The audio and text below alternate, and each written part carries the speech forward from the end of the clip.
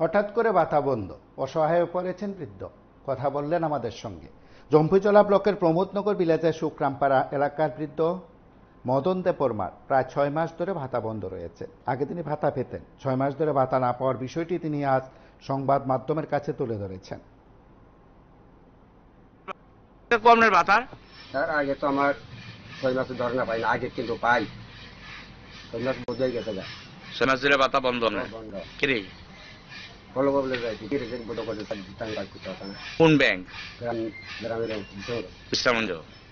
তা আপনি গেছিলেন গিয়ে তারা জিজ্ঞাসা গেছে গিয়া ওই তারা ভাই বড় বলে যাইছি ভাতা ব্লকে কি সম্পর্ক? আপনি আগে পাইতেন তো? ও আগে পাই। আপনি বাড়িটা কোন জায়গা?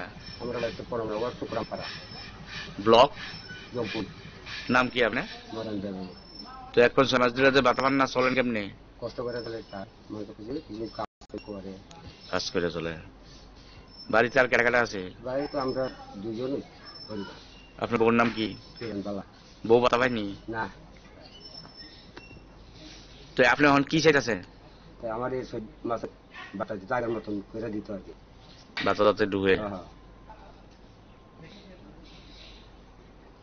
তো এবার দুর্গাপূজা কেমনে কাটাইছেন ভাতা না পাইয়া?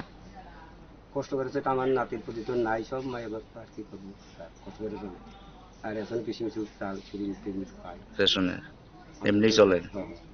আমরা তো দুজন খাই না।